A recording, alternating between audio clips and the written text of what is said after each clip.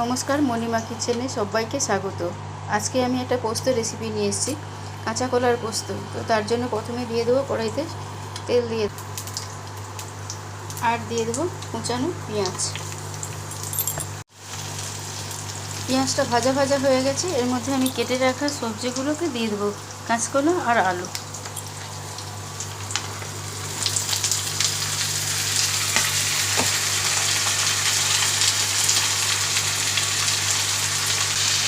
কাঁচকলাটা ভাজা ভাজা হয়ে এসছে, আমি এর মধ্যে দিয়ে দেবো স্বাদ মতো নুন।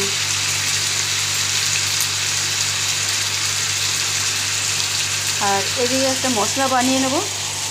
মিক্সির জার নিয়েছি, তাতে একটুখানি পোস্ত বেটে নেব।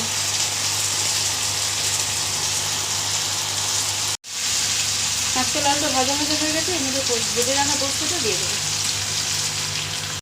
অল্প একটু লঙ্কা গুঁড়ো দিয়ে দেবো।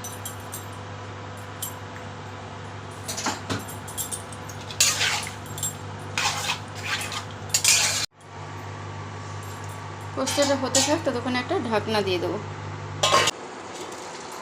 পোস্তটা হতে আমি ঢাকনা দিয়ে গেছিলাম, পোস্তটা আমার হয়ে গেছে। পোস্তটা আমার কমপ্লিট হয়ে গেছে। তো আমার এই পোস্তর রান্নার ভিডিওটা যদি আপনাদের ভালো লেগে থাকে, তো অবশ্যই লাইক, কমেন্ট, শেয়ার, সাবস্ক্রাইব করে পাশে থাকবেন। বেল আইকনটা প্রেস করে আমার ছাড়া ভিডিওগুলো যাতে আপনাদের কাছে আগেই পৌঁছায়, তার জন্য নোটিফিকেশানটা অন করে রাখবেন। ধন্যবাদ।